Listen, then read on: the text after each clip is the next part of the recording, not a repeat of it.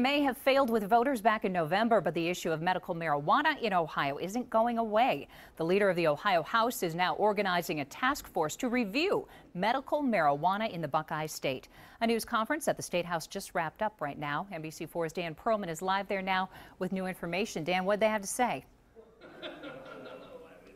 Well, you know, this press conference actually is just literally minutes from ending.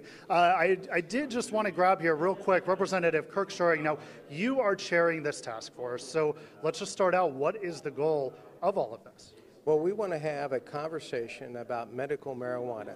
We've enlisted the support of 15 task force members representing a broad cross-section of organizations, from people who practice medicine to law enforcement to drug addiction services, business community, and we want to have a conversation about the pros and cons of medical marijuana. You know, we saw last year in the fall through the campaign for Issue 3 that the people of Ohio appear to be very interested in the medical marijuana. They want to make sure if we do it, it's safe and efficacious.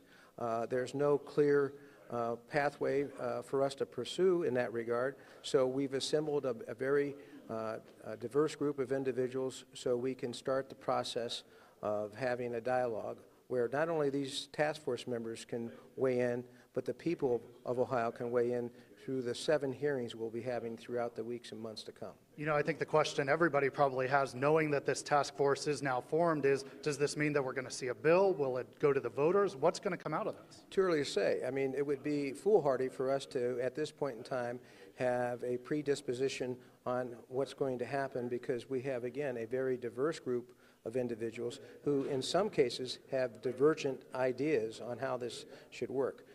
Through having a dialogue and through listening to others from across the state, we'll have, for instance, 7 hearings, and 3 of them are going to be in the evening. So Ohioans can come from far and wide and tell us what they're thinking. It will be from that clearinghouse of ideas that we might be able to find a common denominator. Make no mistake, if you don't find common ground, you can go out and champion whatever cause you might want to champion, but it's hard to carry it forward if you don't have the consensus necessary to see it through. All right. Thank you very much, Representative Scheuring, for joining me just now. Now, he did mention those 7 meetings. The first one is going to be a little bit later on this month. It will be January 28th, right here at the State House. For now, we are live in Columbus. Dan Perlman, NBC4.